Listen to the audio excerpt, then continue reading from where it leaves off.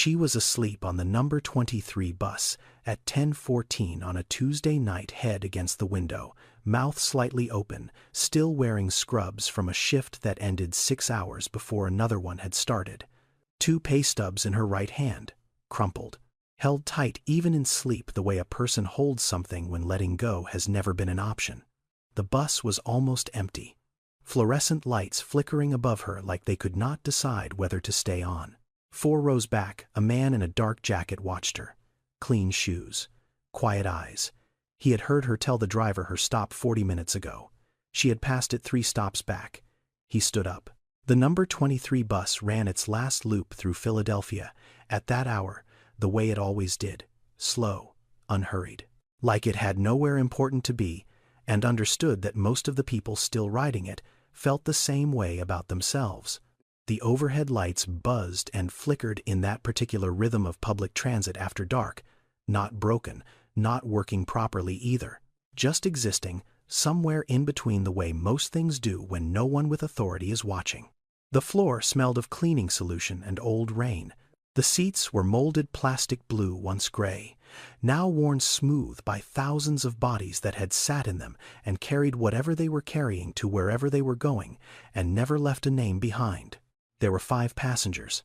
A man near the front with a grocery bag between his knees, eyes closed but not sleeping. A teenage girl 2 rows behind him with earbuds and scrolling through a phone with a cracked screen, her thumb moving in that automatic way that meant she was not actually looking at anything.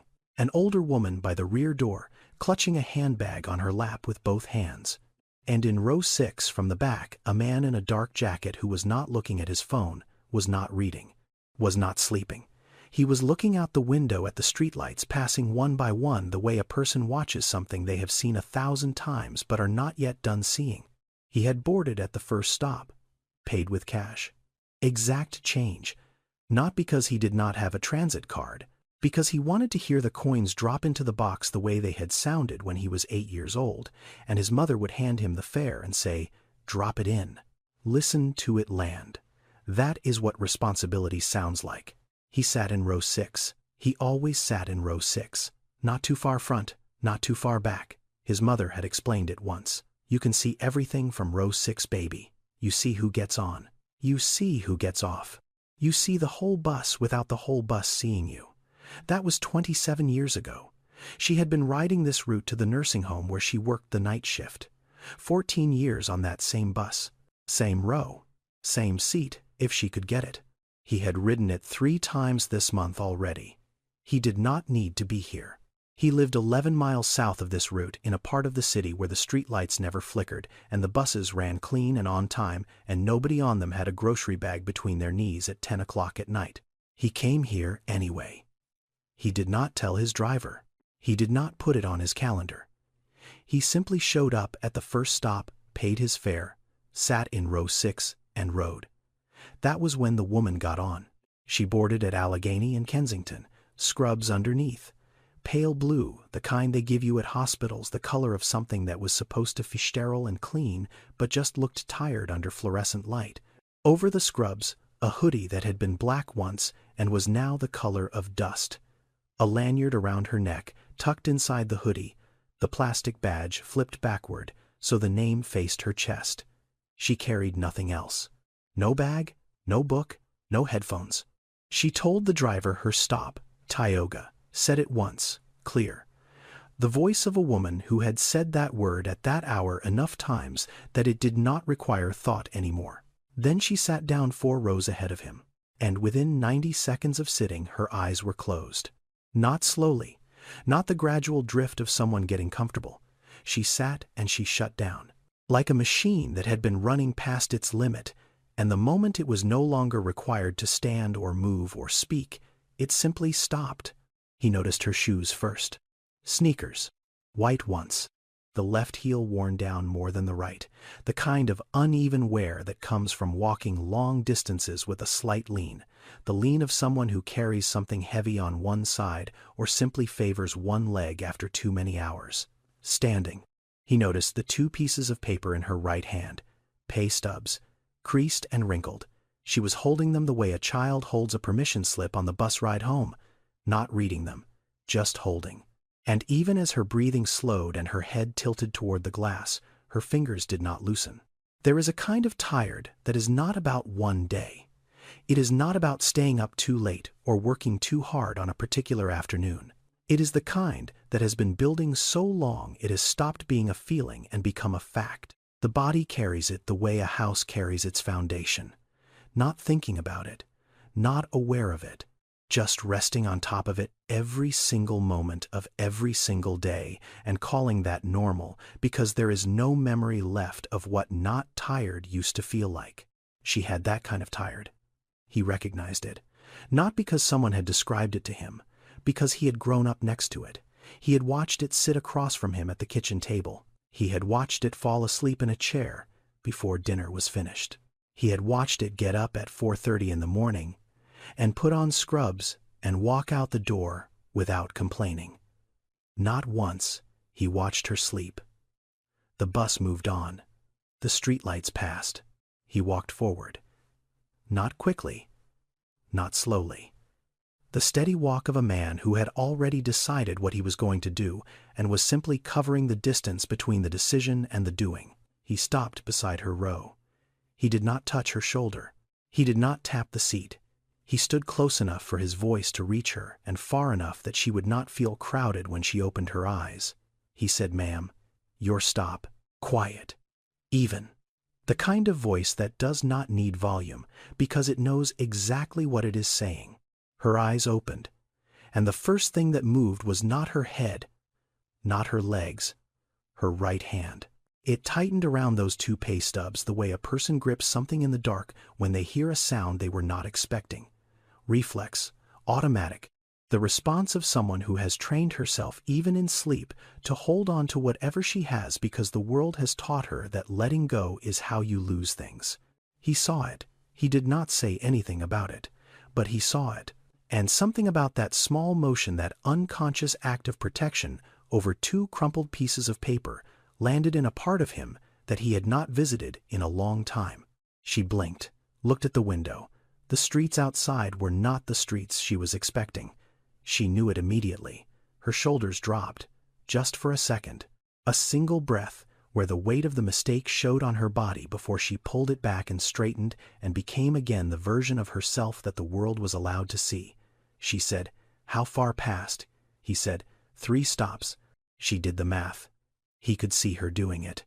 Not the math of miles, the math of minutes. How long to walk back? Whether another bus was coming. What time it was now versus what time she had told someone she would be home. Every minute passed was a minute someone else was waiting. Someone else was watching her children. Someone else was doing her a favor that she could not afford to owe more of. She stood up, pulled the hoodie tighter. Moved toward the rear exit. He said, "I can call you a car." She turned, looked at him for the first time. Really looked. Not with suspicion, not with warmth. With the flat, even gaze of a woman who has been offered things before and learned that nothing offered by a stranger comes without a cost. Even if the cost is invisible at the time, she said no, thank you. 2 words after the no. Polite, complete, final. Not pride, not stubbornness, something else. The particular discipline of a person who has built an entire life on the principle of not owing anyone anything, because when you do not have much debt, is not just financial, it is personal. It is a piece of yourself you hand to someone else and hope they do not use it. She stepped off the bus. He stepped off behind her. She noticed. She did not say anything. The night was cool. Early October in Philadelphia. The kind of air that reminds you summer is over and everything from here until spring is going to require a little more from you. She was 31 years old. She had 2 children, a boy named Deshaun who was 7 and a girl named Kaya who was 4. She woke up every morning at 5:15. She made 2 lunches. She packed them in the same plastic bags she washed and reused every night because a box of sandwich bags cost $2.19 and $2.19 mattered. She dropped the children at her neighbor's apartment at 5:45. Mrs. Odessa, 70 years old, lived 1 floor down, charged $400 a month to watch both kids. That was less than half of what the cheapest daycare in Kensington would have cost, and Mrs. Odessa did not ask questions about late pickups and did not charge extra when Ebony came home past 10. She just left the door unlocked and put a plate of rice on the counter. Ebony caught the 6 a.m. bus to Jefferson Hospital, where she worked as an environmental services aide from 6 to 2:30. That is the title they print on the badge. What it means is she cleaned rooms, patient rooms after discharge, operating rooms between procedures, bathrooms and hallways and waiting areas, and every surface that needed to be sterile before the next person arrived, and never thought about who made it that way. $14.60 an hour, 40 hours a week. At 2:30, she clocked out and walked 4 blocks to the bus stop and rode 22 minutes to the Coleman Logistics Distribution Center on Torresdale Avenue, where she clocked in at 4 and worked until 9:30 as a stock associate. She sorted packages and loaded pallets and scanned barcodes and moved inventory from one end of a warehouse to another under lights that hummed the same way the bus lights hummed. $16.25 an hour, 27.5 hours a week. Not 30. Never 30. Because 30 would mean the company had to offer benefits, and benefits cost money. And someone somewhere in an office she would never see had done the math and decided that 27.5 was the number that kept the math clean. Between the two jobs, she earned roughly $2,400 a month before taxes. Rent on the 2-bedroom apartment in Kensington was $1,150. Mrs. Odessa was $400. The bus pass was $96. Food for 3 people, bought carefully, bought with coupons, bought at the store that sold dented cans for 40 cents less, was about $300. The rest went to the electric bill and the phone bill and Kaya's shoes, because Kaya was growing fast and shoes do not wait, and the pair Ebony found at the discount store for $11 lasted 6 weeks before the sole came loose. And she glued it back with superglue, and it held for another 3. There was nothing left at the end of the month. Not a dollar, not a coin. There was no savings account. There was no emergency fund. There was only the weight of knowing that one unexpected expense, one sick day, one broken appliance, one anything would bring the entire structure down, because the structure had no margin. It had been built without margin. It ran every single day at exactly 0. And she ran it. She ran all of it. She got up at 5:15, and she packed the lunches, and she ironed the scrubs, and she checked Kaya's temperature, because Kaya had been coughing for 3 days, and the thermometer she bought at the dollar store was not accurate, but it was what she had, and it said 99.1, and she decided that was close enough to normal to send her, and she kissed both of them, and she walked downstairs, and she handed them to Mrs. Odessa, and she caught the 6 a.m. bus, and she cleaned rooms, and she rode to the warehouse, and she loaded pallets, and she rode the bus back, and she walked up the stairs, and she looked at her children sleeping, and she ate whatever was cold on the counter, and she set her alarm, and she did it again. Every single day, for 14 months. There is a word for this in economics textbooks. It is called the working poor. It sounds clinical in a textbook. It sounds measured.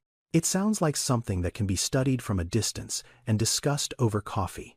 It sounds different when you are living inside it at 10 p.m. on a Tuesday, and your body has fallen asleep on a bus, and your hand is still holding 2 pay stubs because even in sleep, you cannot stop accounting for where you stand. The man walked beside her. She did not ask him to. She did not ask him not to. The bus had pulled away. There was no other one coming. She was going to walk, and he was walking in the same direction, and that was the only fact that either of them acknowledged out loud. He was 46 years old. His name was Tyrone Walker. He was the founder and chief executive of Walker Distribution Corporation, 11 distribution centers across the eastern seaboard. His name was on a building at Temple University that he had funded 3 years ago. His face had been on the cover of Black Enterprise twice. He lived in a 4-bedroom penthouse in Rittenhouse Square, with a view of the skyline that most people only see in photographs.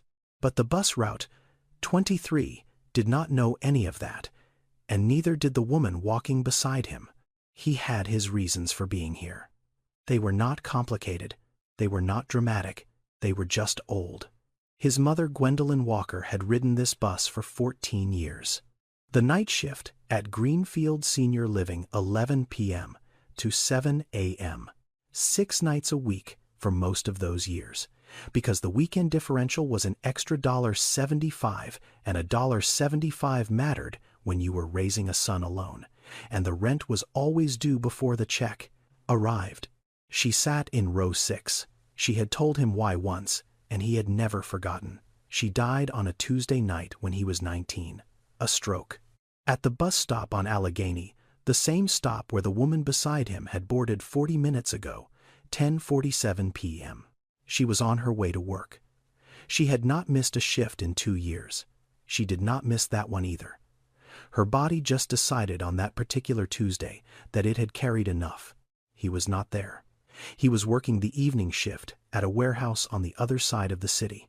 A job he had taken to help cover rent because his mother's hours had been cut that month and the landlord did not accept explanations.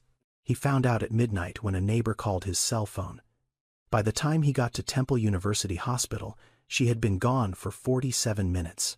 He started Walker Distribution Corporation 3 years later, built it from a single rented van and a contract to move medical supplies for a chain of nursing homes. He built it because he understood logistics. He understood it because he had grown up watching his mother manage the logistics of poverty, the careful math of which bill to pay first, and which bill could wait, and which bus to take, and how many minutes she had between the end of one thing and the beginning of the next. That was logistics. She just never got to put it on a business card. He came back to the bus 3 or 4 times a month, not on a schedule, not on any anniversary. Just when something in him needed to sit where she had sat and see what she had seen and remember what it felt like before all of this, before the money, before the offices, before any of it, he never told anyone. Not his assistant. Not his driver. Not the therapist he had seen for 2 years and stopped seeing because he did not think talking about it was the same as carrying it, and he preferred carrying it because that was what she had taught him to do. He rode the bus. He sat in row 6. And sometimes on nights like this one, he watched the other passengers and wondered which of them was running the same math his mother used to run. Which of them was one Tuesday night away from something breaking. Tonight it was the woman 4 rows ahead. The one in the pale blue scrubs with the pay stubs in her hand and the kind of tired that does not go away with sleep because it was never caused by a lack of it. He had watched her board. He had watched her sit. He had watched her close her eyes before the bus had even pulled away from the curb. And something in him, something very old and very quiet, had said a single word, Mama. Not because she looked like his mother, she did not, but because the exhaustion was the same, the exact same weight, in the exact same posture, on the exact same bus, at the exact same hour. And he had spent 27 years building something enormous, and he had not once in all of that building stopped to ask whether the thing he built was making that weight heavier or lighter for the people inside it. He walked beside her now. The streetlights in Kensington flickered the way they always did. Half of them worked, half of them did not. Nobody fixed the ones that did not, because nobody with the authority to fix them ever walked these streets after dark. He did not say anything. She did not say anything. The city moved around them the way it moves around everyone who walks through it late at night, indifferent, ordinary. A Tuesday in October that had no idea what it was becoming. They walked. Not together exactly, side by side, but with the distance that 2 strangers keep when neither one has agreed to be where they are. She walked slightly ahead. He matched her pace without closing the gap. The night had cooled. Early October in Philadelphia carries a particular kind of air. Not cold yet, but close. The kind of air that presses against your skin just enough to remind you that warmth is no longer free. You will have to pay for it soon. A heating bill, a heavier coat, another expense added to a list that already had no room. Neither of them spoke for half a block. The only sound was the distant wail of an ambulance somewhere east of Allegheny, moving away from them, carrying someone else's emergency to someone else's hospital, where someone like Ebony would clean the room after they were gone. He said, "Cold tonight." She said, "It is October." That was all. 2 sentences. The bare minimum required to acknowledge that another person exists without inviting them any closer. She was not rude. She was efficient. She had 20 minutes of walking ahead of her, and no interest in filling them with conversation she did not ask for. They passed a corner store, with its metal gate half down, a streetlight buzzing overhead like it was trying to decide whether to stay on, a parked car with a boot on its front tire, the ordinary furniture of a neighborhood at night. Her phone rang. She pulled it from her hoodie pocket, looked at the screen. Something in her face changed immediately. Not worry, not fear, something softer than both. The particular expression of a person who has been holding everything in place all day and has just seen the one face, heard the one voice that makes the holding worth it. She answered, "I know, baby. I know it is late." Her voice dropped into a different register, lower, warmer. Patient in a way it had not been when she spoke to him. "I will be there in 20 minutes. Did you brush your teeth?" A pause. "Did Kaya eat the rice I left?" Another pause. "Okay, go to sleep. I am coming." She hung up, slid the phone back into her pocket, kept walking. Tyrone did not speak, but he had heard every word, and something about the way she had said "I am coming" landed in a place he had not opened in a long time, because he knew that voice. Not hers, specifically, but the voice. The particular sound a mother makes when she is standing in the dark somewhere far from her children and she is pretending that everything is fine so they will not hear the weight in her words and carry it to bed with them. He had heard that voice every night for 19 years. Through a thin wall, through a closed door, through a phone line when his mother called from the nursing home on her break at 2 a.m. to check if he had eaten. "Did you eat, baby? Okay, go to sleep. I am coming." The same words, the same warmth pressed over the same exhaustion. 27 years apart, and the voice was identical. She said, "Sorry about that," he said. "How old?" 7 and 4. He nodded. Then quietly, the way a person confirms something they already know but needs to hear, out loud, he said, "You work 2 jobs." Not a question, a statement. He had seen the 2 pay stubs in her hand on the bus. He already knew. Ebony looked at him. Not with suspicion, not with openness, with the careful middle ground of a woman who has learned to measure every interaction by what it might cost her.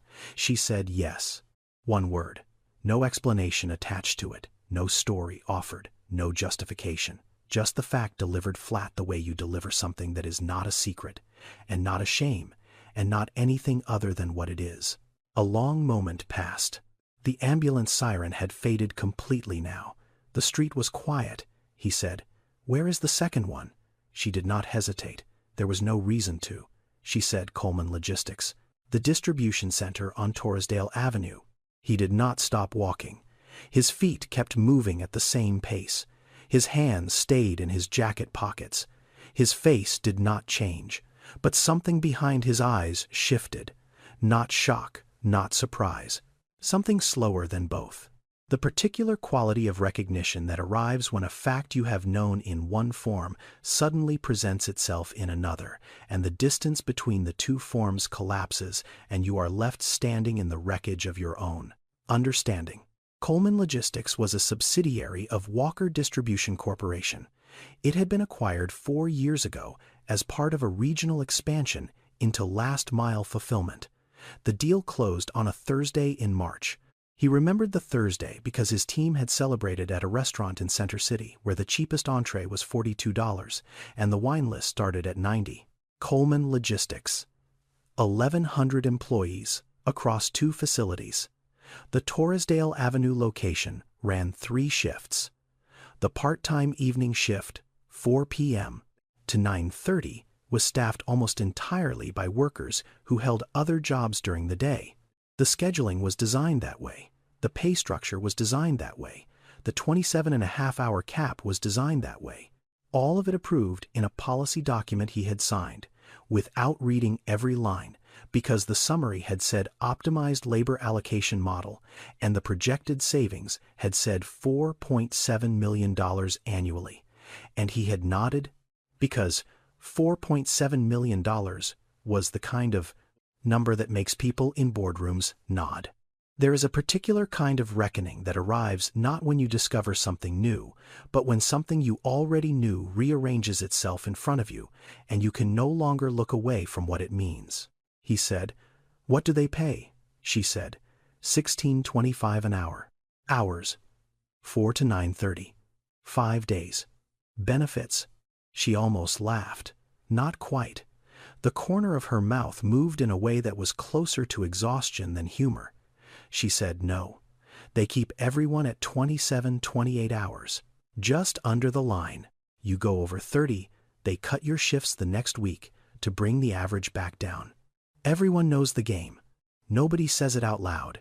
She said it the way a person describes the weather. Not with anger. Not with resignation. Just with the flat familiarity of someone who has lived inside a system long enough to stop expecting it to be anything other than what it is. He asked the questions the way a man asks when he already knows the answers, but needs to hear them spoken by the person living inside them. Each answer was a number he recognized from spreadsheets and budget models and quarterly reports. 16.25, 27.5, no health coverage, no retirement match, no paid time off. She was describing his company to him, and she did not know it. They kept walking. The streetlights flickered. Somewhere a dog barked twice and stopped. Ebony pulled her hoodie tighter against the October air, and Tyrone Walker, who owned the warehouse where she loaded pallets 5 nights a week, and the policy that kept her hours below the threshold where her labor would have required him to treat her like a full human being, with a body that needed medical care, walked beside her in silence and tried to find a place inside himself to put what he was feeling. He could not find one. He thought about the board meeting 6 months ago. The long conference table, the projector screen, the CFO, a man named Whitfield with glasses and a voice like a textbook, presenting the labor cost analysis for the distribution network. Slide 14. The one that showed the savings from maintaining part-time staffing below the benefits threshold, $4.7 million per year.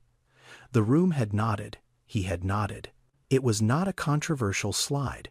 It was not even a notable slide. It was a number on a screen in a room full of people whose job it was to make numbers go in the right direction. 4.7 million. That was the number. Clean. Abstract.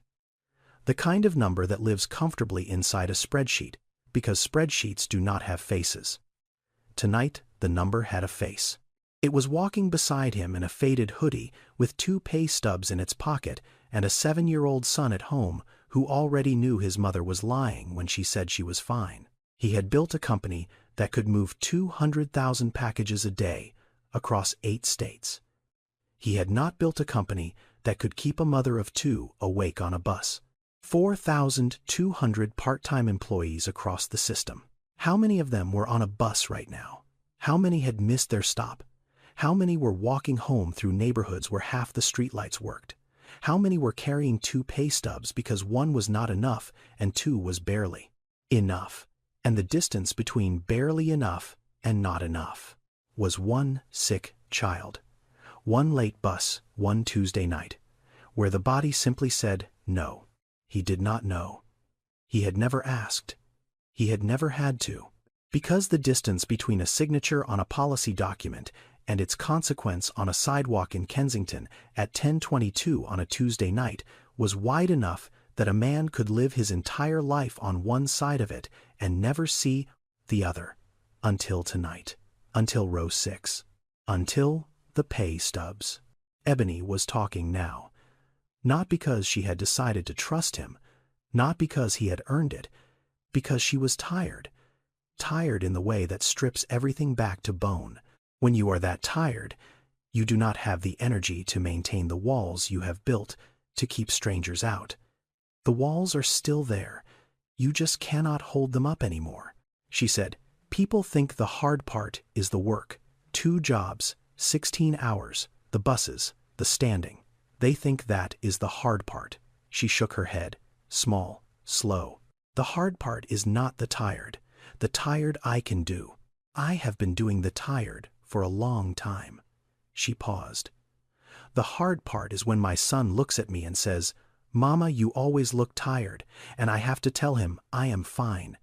And he is 7 years old, and he already knows I am lying. She said it without breaking, without her voice changing, without any of the performance that people sometimes add to painful truths to make them land harder. She said it the way you say something you have thought 1,000 times and never said out loud, and the saying of it does not make it better or worse. It just makes it real in a different way. Tyrone did not respond. Not immediately. Not with words. He had nothing to say to that. Not because he did not care. Because there was nothing a man who owned 11 distribution centers and a penthouse in Rittenhouse Square could say to a woman who cleaned hospital rooms and loaded pallets and rode the bus home at 10 p.m. and lied to her son about being fine, that would not sound like an insult dressed up as sympathy. Any word he chose would carry the weight of the distance between them, and that distance was not something words could cross. It was something only action could cross. And he had not taken any action yet. He had only listened. And listening on its own costs nothing, which is exactly why it is the thing that people with everything offer first. He knew that, and it sat in him like something cold. They turned onto her block, Kensington. The buildings here were row houses packed tight with narrow stoops and windows where the light came through curtains that had been washed enough times to go thin. Cars parked bumper to bumper along the curb, some of them with inspection stickers, 2 years expired, because the inspection costs $89, and $89 is a choice between knowing your car is safe and knowing your daughter has shoes that fit this month. A convenience store on the corner with steel mesh over the windows. Not decorative, functional. The kind of mesh that says this store has been robbed before and plans to be open tomorrow anyway. Half the streetlights on this block worked. The other half stood dark. No one had reported them. Or someone had reported them and no one had come. Both versions of the story end the same way. You walk home in the dark and you get used to it, and after a while you stop noticing that you are walking home in the dark, because noticing takes energy, and energy is not something you have left at the end of the day. Ebony stopped in front of a building. Brick. 3 stories. A small stoop with an iron railing. She looked up at the 3rd floor. A window with light behind thin curtains. Mrs. Odessa, still awake, still waiting. She turned to him. She said, "This is me." 2 words. The same efficiency she had carried the entire walk. No invitation, no lingering, just the fact of arrival. Tyrone stood on the sidewalk. He wanted to say something. He could feel the shape of it in his chest. Something about what he had heard. Something about what he now knew. Something about the company he built, and the woman standing in front of him, and the straight line between the two that he could no longer pretend did not exist. But the words did not come. Not because they were not there. Because none of them were good enough. None of them were honest enough. None of them could carry what needed carrying without bending under the weight. She said, "Thank you for waking me up," he said. "You are welcome." She went inside. The door closed. He heard her footsteps on the stairs, faint, steady, going up. He stood on the sidewalk and looked at the 3rd floor window. The light was on. Then it was brighter for a moment as the apartment door opened. Then it dimmed again. He could see the shape of a person moving behind the curtain.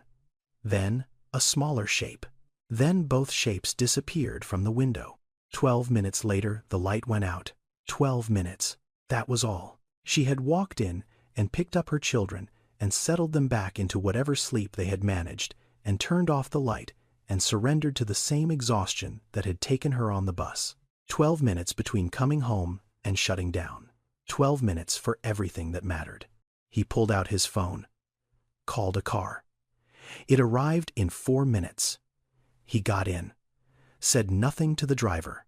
Sat in the back seat with his hands on his knees and watched Kensington slide past the tinted windows as the car moved south through streets that got wider and cleaner and better lit with every passing mile. 11 miles from her door to his. 22 minutes by car.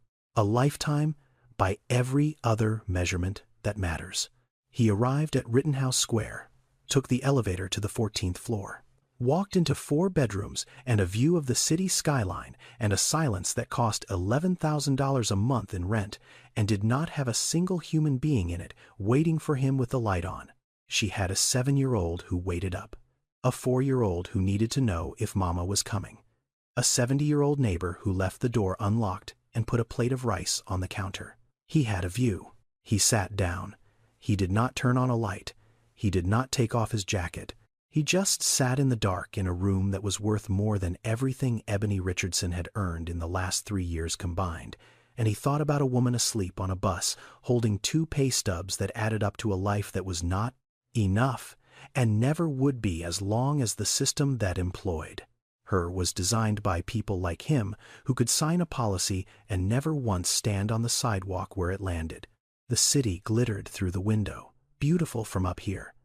Everything is beautiful from far enough away. He did not sleep. He did not try. He sat in the dark of his living room for 11 minutes after he walked through the door. Then he stood up and walked to the study and opened his laptop, and the blue light of the screen filled the room like something clinical, like a hospital light, like the lights in a warehouse on Torresdale Avenue.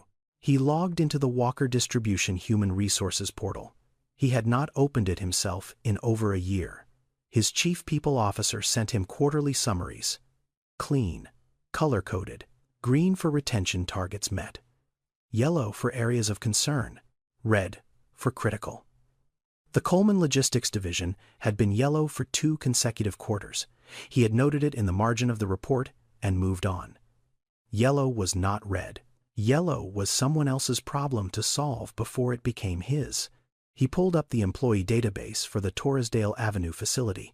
1,093 names. He scrolled, not reading, just watching them pass, each one a row. Each row a set of fields. Employee number, start date, position, hours per week, hourly rate, benefit status. Employee number 4,891. Part-time, 27.5 hours per week, no health coverage, no retirement match. Hourly rate $16.25. He had looked at tables like this hundreds of times, in board meetings, in quarterly reviews, in the back of town cars on the way to the airport. They were always just rows, just data, just the raw material of decisions that someone with a title and an office was paid to organize into something that made sense on a balance sheet. Tonight, they were not rows. Tonight, each row was a person on a bus. He typed her name into the search field. Richardson. Ebony. The system returned one result. Employee number 4,812. Start date 14 months ago. Position stock associate. Shift 4 p.m. to 9:30 p.m. Monday through Friday. Hours per week 27.5. Benefits none. Emergency contact Mrs. Odessa Grant. Relationship listed as neighbor. Not a mother. Not a sister. Not a husband. A neighbor. Because when you have no one else, a 70-year-old woman, 1 floor down, who leaves the door unlocked, becomes the closest thing to a safety net that your life allows. He clicked on her performance record. 14 months of entries. Not a single absence. Not a single late arrival. Not one. In 14 months, this woman had shown up to her second job every single day after finishing her first job every single day, and she had not missed once.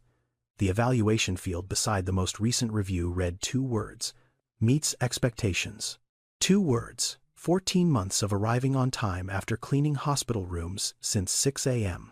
and riding 2 buses and changing out of one uniform and into another and standing for 5.5 more hours under fluorescent lights moving boxes down a conveyor line.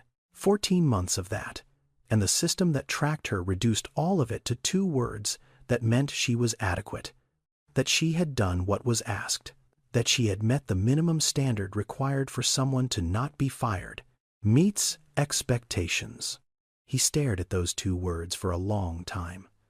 Then he closed her file and opened something else. The Labor Policy Manual for Walker Distribution Corporation Subsidiary Operations Division. Section 9. Workforce Classification and Scheduling Guidelines. He had signed off on this document 3 years ago. Page 47. The paragraph that defined the part-time threshold. Any employee scheduled for fewer than 30 hours per week shall be classified as part-time and shall not be eligible for company-sponsored health insurance, retirement matching, or paid leave benefits. It had not been written with cruelty. It had been written with arithmetic. The financial modeling team had calculated that maintaining the part-time threshold across all subsidiary warehouse operations would save approximately $4.7 million annually in benefits costs. The recommendation had been approved unanimously by the board. He had read the summary. He had nodded. He had signed. There is a distance between a decision and its consequence that wealth makes almost infinite. A man signs a policy in a conference room in Center City at 10:15 on a Thursday morning. 14 months later, a woman falls asleep on a bus in Kensington at 9:47 on a Tuesday night.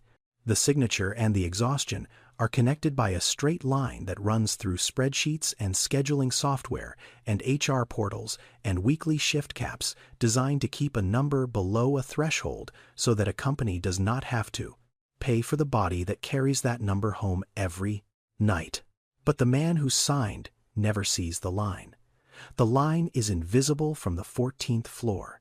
It is invisible from the back seat of a town car. It is invisible in every room where the people making the decisions never have to sit in the rooms where the decisions land. Until tonight. Until a woman on a bus held 2 pay stubs in her sleep, and one of them had his name behind it. He thought about his mother, Gwendolyn, who had worked the night shift at the nursing home and the weekend shift at the laundromat on Lehigh Avenue, who had ridden the number 23 bus for 14 years, who had fallen asleep on that bus more times than he could count, because her body could not hold the hours her life demanded. He had built this company because of her, because of what she carried, because he had sworn at 19 years old, standing in a hospital hallway where they told him she was gone, that he would build something that meant no one in his family would ever have to work like that again. And he had done it. For his family, for himself.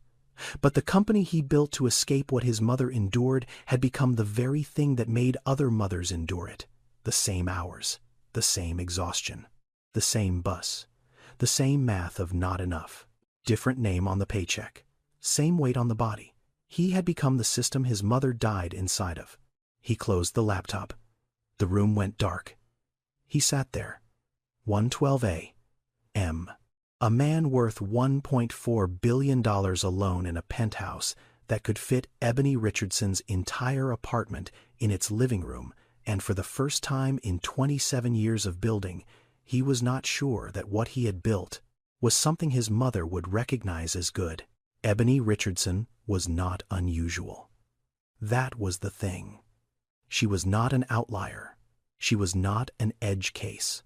She was not a tragic exception that the system had somehow failed to catch. She was the system working exactly as it was designed to work. In the United States, roughly 8 million people work more than one job at any given time. That number has held steady for years, rising and falling slightly with the economy, the way a tide rises and falls without ever actually leaving the shore. Among single mothers, the rate is nearly double the national average. 1 in 5 single mothers in America holds more than one job. Not because they want to, not because they are ambitious, because one job does not cover the cost of being alive and raising children in a country where the price of everything has risen faster than the wage attached to doing it. The federal minimum wage has not changed since 2009. It has been $7.25 an hour for over 17 years. In Philadelphia, the effective minimum is closer to $15 for many employers, sometimes $16, sometimes a little more. It sounds like progress until you put it next to the cost of living in the same city. The average rent for a 2-bedroom apartment in Philadelphia is $1,400 a month. The average cost of childcare for 2 children is over $19,000 a year. The math does not work. It is not close to working. It is not a gap. It is a canyon. And the people inside it are not falling. They are running. They are running as fast as they can, and the canyon is still getting wider underneath them. The part-time trap makes it worse. Large companies, corporations, with billions in revenue and legal teams that cost more per hour than their warehouse workers earn in a day, have learned to keep a significant portion of their workforce just below the threshold where benefits become mandatory. 27 hours, 28 hours, 29.5, never 30. The scheduling software does it automatically now. It is not a manager deciding. It is an algorithm. It calculates the optimal number of hours that extracts the maximum labor at the minimum cost without triggering the legal obligation to treat the person doing the labor as someone who deserves health care.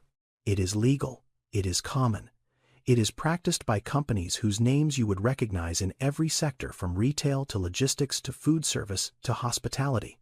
And the consequence is a class of workers who earn too much to qualify for government assistance, but too little to survive without a second job. They exist in a gap, not poor enough for help, not paid enough to live, caught between two systems that were both designed by people who never have to stand inside either one. Tyrone Walker had built one of those systems, not with malice, not with intent, with efficiency, with the same logic that every business school teaches and every board of directors rewards and every quarterly earnings call celebrates. Reduce cost per unit of labor. Optimize headcount. Maximize throughput. The words sound clean in a conference room. They sound different on a sidewalk in Kensington at 10:22 on a Tuesday night when the person those words describe is walking home because she was too tired to stay awake long enough to hear her stop called. The cruelty of modern poverty is not that it is invisible. It is that it is visible and everyone has learned to look through it. The woman on the bus. The man stocking shelves at 9 p.m. The mother at the pharmacy counter picking up medication after her own shift because the delivery fee is $8 and $8 is lunch for 2 children. They are not hidden. They are everywhere. They are standing right in front of us. We have simply built a world where looking at them is optional for the people who have the power to change what they are standing inside of. Tyrone Walker looked. That was the difference, not because he was better. Because he happened to be sitting in row 6 on the right night and the right woman fell asleep close enough for him to see what his own company had made. 3 days later he drove to Torresdale Avenue. He did not call ahead. He did not bring his assistant. He did not tell his chief operating officer or his head of logistics or the regional vice president who managed the Coleman subsidiary. He drove himself, parked in the employee lot, got out of a car that cost more than most of the people inside this building would earn in 3 years and walked through the front entrance at 4:20 in the afternoon. The warehouse was exactly what a warehouse is. Concrete floors, steel shelving units 20 feet high, conveyor belts running the length of the building like mechanical rivers carrying brown boxes from one end to the other. Fluorescent lights overhead, the same flat white glow that made everything beneath them look the same shade of tired. Forklifts beeping as they reversed, scanners chirping. The constant low hum of a building that never stops moving because the economy it serves never stops ordering. He told the shift manager he was from corporate. Operations review. The manager, a man named Davis, late 40s, clipboard in hand, the look of someone who has managed too many people with too few resources for too long, nodded and walked him through the floor. Tyrone asked about break times. Davis said 15 minutes per shift. He asked about the break room. Davis walked him there. A room the size of a large closet. 1 table, 6 chairs, 1 microwave. A sign taped to the wall that said, "Please clean up after yourself." 40 people per shift shared this room. Most of them ate standing up because there were not enough chairs, and the break was not long enough to wait for one. He asked about parking. Davis said free. But most of them take the bus. Second job people. They do not have a car, or they have 1 car and the other parent has it, or the car is broken and has been broken for 2 months because the repair costs $400 and they do not have $400. He asked about retention. Davis looked at him. Not with suspicion. With the resigned honesty of a man who has been asked this question before and has given the same answer every time and nothing has changed. Davis said retention is rough. Average tenure is about 8 months. People burn out, Tyrone said. Why do they burn out? Davis said. Because this is their second job, sir. By the time they get here, they have already done a full day somewhere else. They come in at 4. They work until 9:30. They go home. They do it again tomorrow. They do it until their body says stop, or until they find something better. Most of them do not find something better. Most of them just stop. He said it without anger. Without accusation. The way a person describes weather. It rains. People get wet. That is how it works here. Tyrone walked the floor. He watched the workers move. Efficient. Fast. Heads down. Not talking to each other. Not because they were unfriendly. Because talking costs, time and time costs. Boxes and boxes cost, numbers and numbers cost a job they cannot afford to lose, even though it does not pay enough to keep. He saw her before she saw him. Third conveyor line, blue scrubs still on underneath a warehouse vest because she had not had time to change between jobs. Hair pulled back, scanner in her right hand. Left hand pulling boxes off the belt and stacking them on a pallet. Fast, precise. No wasted movement.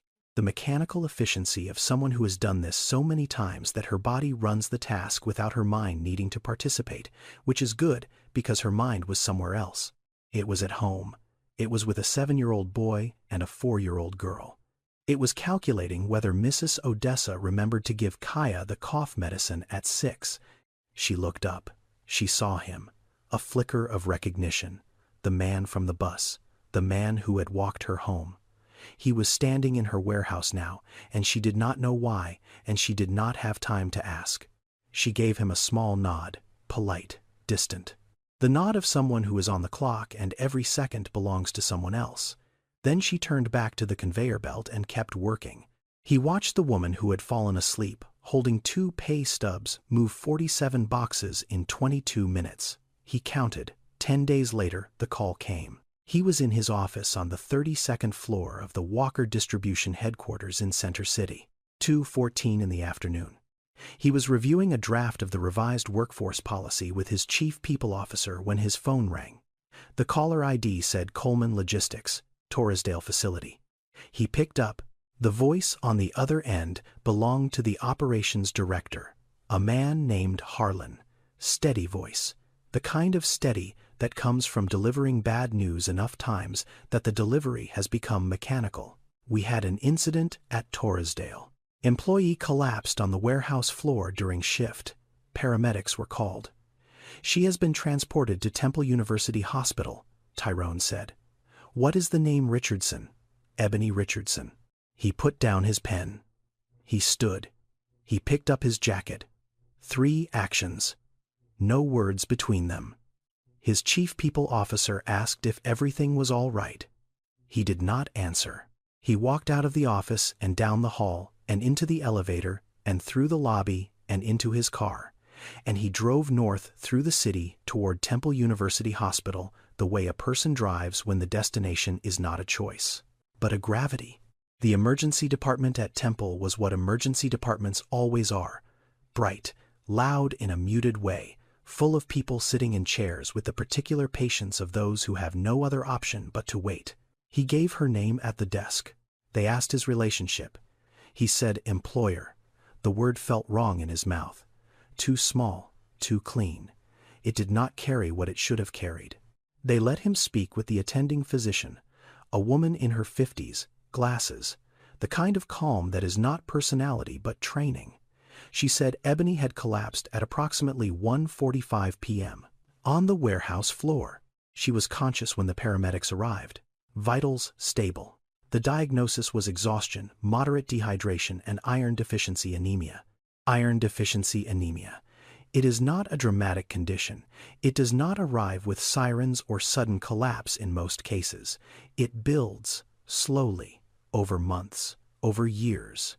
It is what happens when the body does not get enough iron to produce the red blood cells it needs to carry oxygen to the muscles and the brain and the organs that keep a person standing. The symptoms are fatigue and weakness and dizziness and shortness of breath and pale skin and brittle nails and headaches that sit behind the eyes like something heavy that will not move. It is common among women. It is more common among women who work physical jobs. It is most common among women who work physical jobs and do not eat enough because food costs money, and money goes to rent and children and bus fare and the $11 shoes that last 6 weeks before the sole comes loose. It is not the kind of condition that makes headlines. It is not the kind that gets research funding or awareness campaigns or celebrity endorsements. It is the kind that sits quietly inside a person's body and takes a little more from them every day while they keep showing up and keep working and keep telling their children they are fine until one afternoon the body decides it has been lied to long enough. The doctor said, "She is not in danger right now, but if she continues at this pace without adequate nutrition and rest and treatment, this will become something more serious. Heart complications, organ stress. The body does not negotiate forever." She did not collapse because she was weak. She collapsed because she had been strong for too long without anyone noticing. Mrs. Odessa had come to get the children. The hospital had called the emergency contact number on file. A 70-year-old woman had taken 2 buses to pick up a 7-year-old and a 4-year-old from an after-school program she was not listed on because Ebony had not had time to update the forms, and the school had called Mrs. Odessa's number because it was the only other number they had. The system that held Ebony's life together was stitched from favors and old women and unlocked doors and the quiet faith that someone would show up because someone always had. It was not a system. It was a prayer. Tyrone walked down the hallway of the 4th floor. Room 412. The door was open. She was lying on the bed, eyes open, staring at the ceiling, an IV in her left arm, the hospital gown too large for her frame. She looked smaller than she had on the bus, smaller than she had on the sidewalk, not because she had physically changed, because the setting had changed. A woman walking home at night carries her own size. A woman in a hospital bed has been reduced to the size the institution assigns her. Patient, case number, bed 412. She turned her head when he stepped into the doorway. She said, "You again, not warm, not cold." The flat recognition of someone who does not have the energy to be surprised by anything anymore.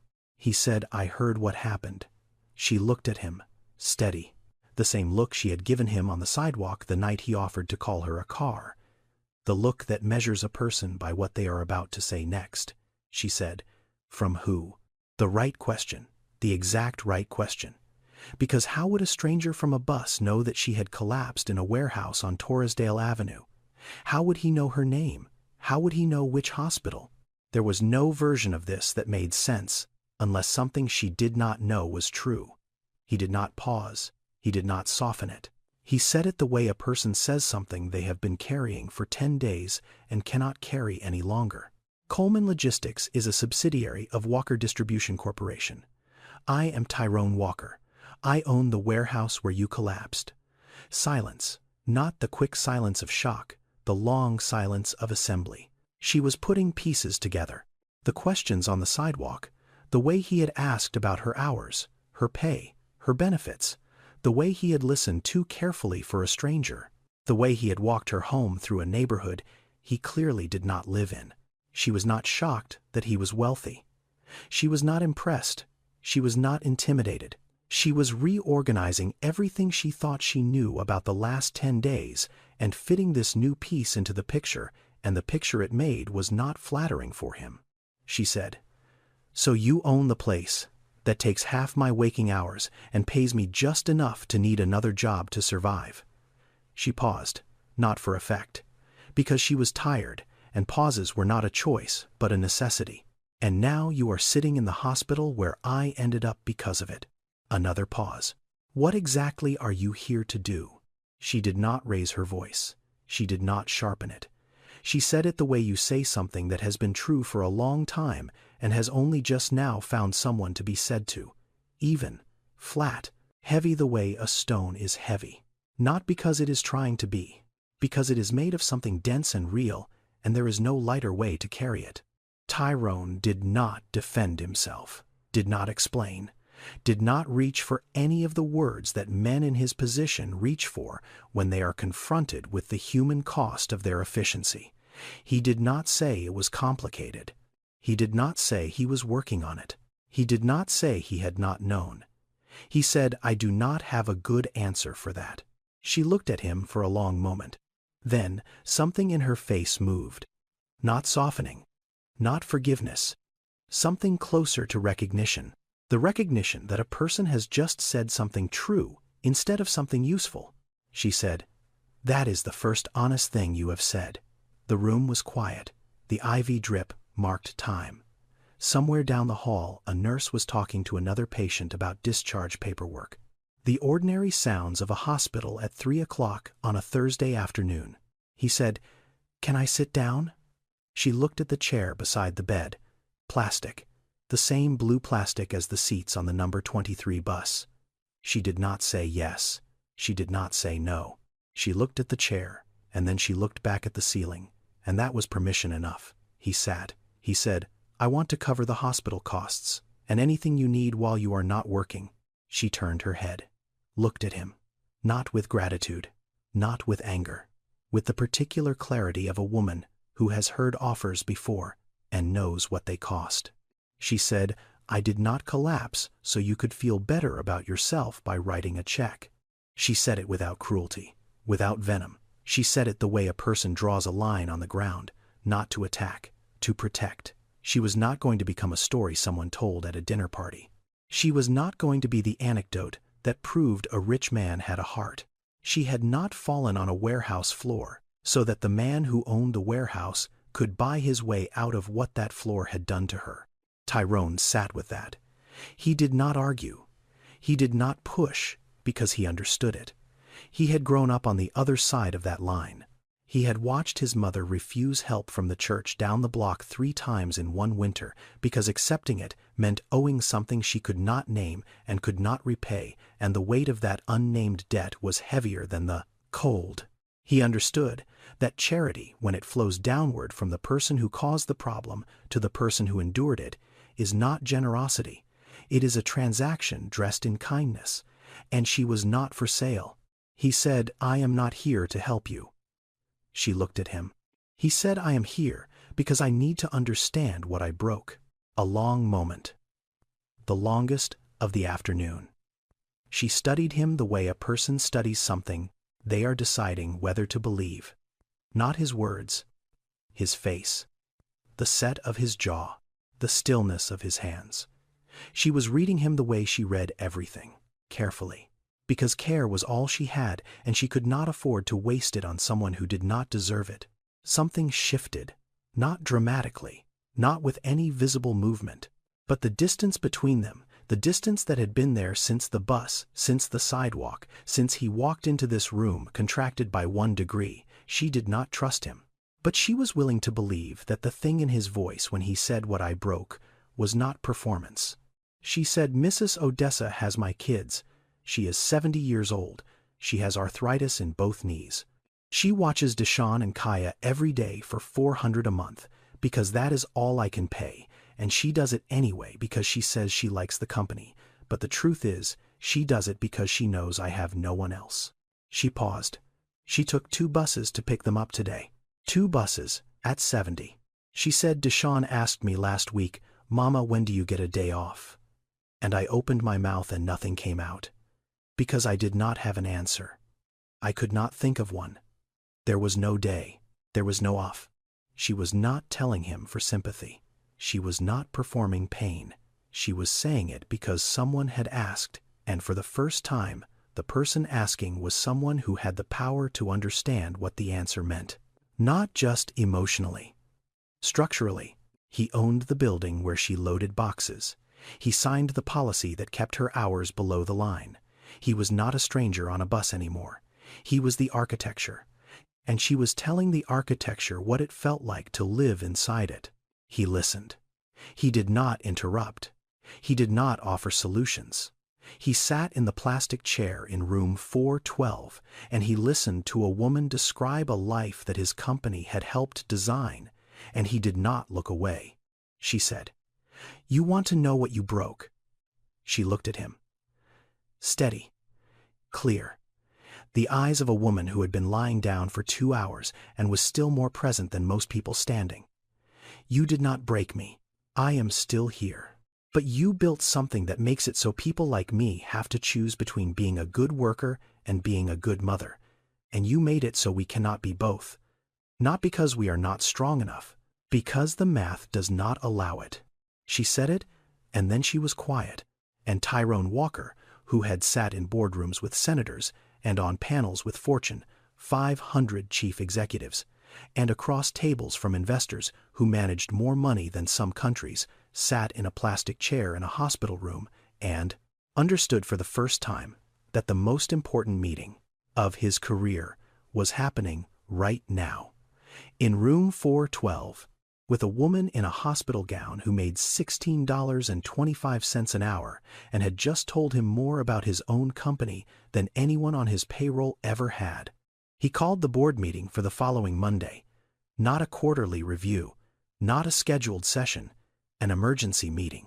The word emergency raised eyebrows, because in the language of corporate governance, emergency means something is on fire, or someone is being sued, or a regulator has come knocking. Tyrone Walker was not dealing with any of those things. He was dealing with something the boardroom had no standard vocabulary for. He was dealing with the fact that his company was breaking people and calling it efficiency. He did not bring slides. He did not bring the chief people officer. He did not bring a consultant or a communications strategist or anyone whose job it was to make difficult things sound palatable. He brought himself and a single sheet of paper with 4 proposals written on it in his own handwriting. He read them aloud. Raise the minimum weekly hours for all part-time warehouse employees from 27.5 to 32, above the benefits threshold, effective within 90 days. Increase the base hourly wage across all subsidiary distribution facilities to $19 an hour. Provide basic health insurance to every employee regardless of hours classification. Establish a child care assistance fund for single-parent employees across all Walker distribution operations. The CFO, a man named Whitfield, the same man who had presented the $4.7 million savings slide 6 months earlier, did the math on the spot. He said the total annual cost of these 4 proposals would be approximately $12 million. The room went quiet. Tyrone said, "We made $340 million in profit last year. This is 3.5%. If we cannot afford to keep our people alive, then what exactly are we building?" Nobody answered. Not because they disagreed, because the question was not designed to be answered. It was designed to sit in the room and make everyone in it uncomfortable enough to act. There was pushback. There is always pushback when money moves downward instead of upward. 2 board members raised concerns about precedent. 1 raised concerns about shareholder perception. Whitfield said the numbers needed further modeling. Tyrone listened to all of it. Then he said, "Model it. But the decision is made. We are doing this. The only question is how fast." What the spreadsheets would eventually confirm, though it took the modeling team 3 weeks to produce the report, was something that researchers at places like MIT and Harvard and the Economic Policy Institute have been documenting for years. Companies that raise wages and provide benefits to their lowest-paid workers consistently see reductions in turnover, reductions in absenteeism, increases in productivity, and improvements in workplace safety. The $12 million was not a loss. It was a reallocation. The cost of constantly replacing burned-out workers who lasted an average of 8 months, recruiting them, training them, losing them, starting over, was already costing Walker Distribution more than $12 million. It was just spread across different budget lines, so no single number looked alarming enough to trigger a meeting. That is the trick of systemic harm. It hides in averages. It distributes itself across enough categories that no single metric screams loud enough for anyone to hear. You have to add it up yourself. And most people in boardrooms do not add it up Because adding it up means seeing the total, and the total means doing something about it, and doing something about it costs money, and money is the one thing the system was built to protect. Tyrone Walker added it up. Not because he was smarter, because he had stood on a sidewalk at 10:22 on a Tuesday night and watched the total walk home in a faded hoodie. Change does not arrive the way it does in speeches. It arrives in policy documents and implementation timelines and conversations with regional managers who have to restructure shift schedules and explain to supervisors why the hours are changing and answer the question that everyone asks, which is, why now? The answer to why now was a woman on a bus. But that answer does not fit in a memo. So the memo said strategic workforce investment, and the implementation began, and the change moved slowly, the way all real change moves. Not with fanfare, with paperwork. 5 months later, the number 23 bus moved through Philadelphia on a Tuesday evening, the way it always did. Same route, same stops, same hum of the engine, same flickering lights, but not the same passengers. Not exactly. Ebony Richardson sat in a window seat. 6:30 in the evening. The light outside was still gold. October had passed. March now. The days were getting longer again. She was wearing jeans and a sweater. Not scrubs. Not a warehouse vest. Just clothes. The clothes of a person who had finished work at 3:30 and picked up her daughter from school at 4 and picked up her son at 4:15 and dropped them both at home where Mrs.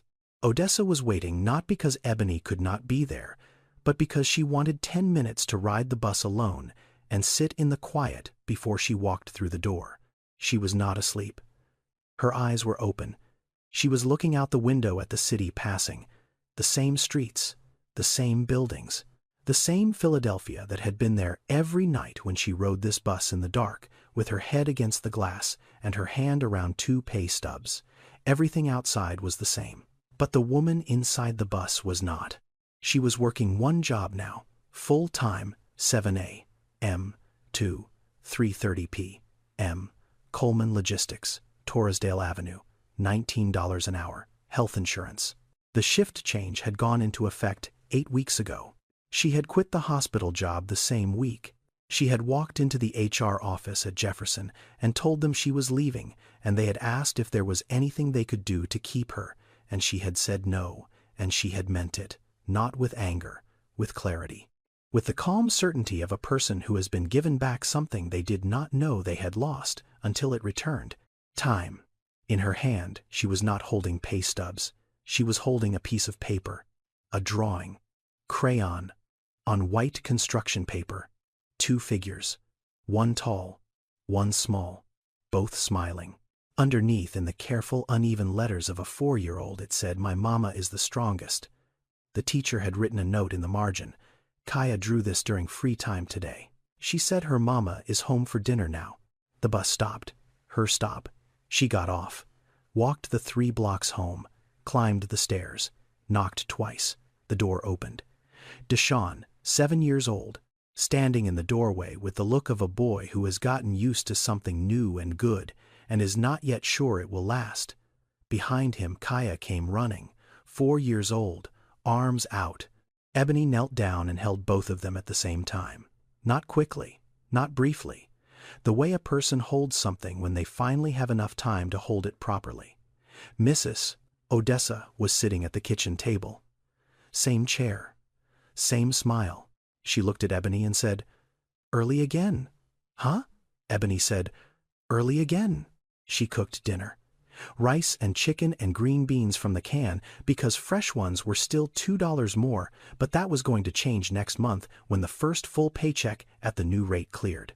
She stood at the stove and she stirred the rice, and Deshaun sat at the table doing homework, and Kaya was drawing on the back of a grocery receipt, and Mrs. Odessa was telling a story about something that had happened at the laundromat on Tuesday, and nobody was watching the clock. Deshaun looked up from his notebook. He said, "Mama, you look different." She turned. "Different how?" he said. "You do not look tired." She did not say anything. She just stood there at the stove and let the sentence land. For 14 months, He had watched her come home in the dark. For 14 months he had seen the weight in her eyes and the slowness in her hands and the way she fell asleep before he could finish telling her about his day. He was 7. He had noticed everything. Children always do. They do not have the vocabulary for it, but they have the eyes. And for 14 months his eyes had been recording a mother who was disappearing 1 hour at a time. And now, here, at 6:50 on a Tuesday evening in March, standing at the stove with the light on and the rice cooking and nowhere else to be, she was back. She was not a different person. She was the same person with enough hours in the day to be who she had always been. Tyrone Walker did not call her. He did not check in. He did not send a card or a message or anything at all. He did not need her to know what he had done, and he did not need her to thank him for it. What he had done was not for her. It was for the 4,200 people in his system who had been carrying the same weight she carried and whose names he would never learn and whose faces he would never see on a bus. He still rode the number 23, once a month, still paid in cash, still sat in row 6, his mother's row. But something had changed in the way he looked out the window. Before he had been looking for her, for the memory of her, for the ghost of a woman who rode this bus for 14 years and never came home from it. Now he was looking at the passengers. The woman in scrubs 3 rows up, the man with the grocery bag between his knees, the teenager with the cracked phone. He was looking at them, and for the first time in 27 years of building, he was asking the right question. Not, how much does this cost, but what does it cost them? Wealth does not make a man good. It gives him the choice to be. Most of the time that choice is never tested, because the wealthy never stand close enough to the consequences of what they have built.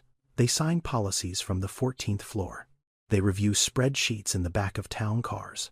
They nod at numbers that represent people they will never meet, and approve savings that are measured in dollars on one side and measured in exhaustion and hunger and missed bedtimes and collapsed bodies on the other. The distance protects them, not from the harm, from the knowing. This story is not about charity. It is not about a rich man saving a poor woman. That is not what happened. What happened is simpler and harder than that. A man stood close enough to see what he had built from the inside. And what he saw was not the company on the Forbes list. What he saw was a woman asleep on a bus holding 2 pay stubs because one job inside his system did not pay enough to live and another job outside. It was the only way to make the math work. And the math should never have required that. This story is fiction, but the numbers in it are not. 8 million Americans work more than one job. The part-time benefits gap is real. The scheduling algorithms that keep workers at 27 or 28 hours to avoid the 30-hour threshold are real. The iron deficiency anemia that eats through the bodies of women who work too much and eat too little is real. The 7-year-old who tells his mother she looks tired is real.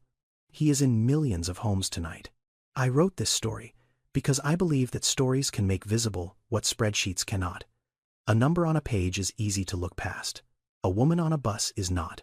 If one person watches this and looks at the people around them differently, tomorrow at the cashier, the bus driver, the warehouse worker stocking shelves at 9 p.m., then this story did what it was supposed to do. If this story moved you, please subscribe to this channel and share this video with someone who needs to hear it. Leave a comment and tell us, have you ever worked 2 jobs just to survive? What did it cost you? Because the people carrying that weight deserve to be seen. And sometimes, being seen is where everything begins. Turn on notifications so you never miss another story like this one. And until next time, see the people around you. They are carrying more than you think.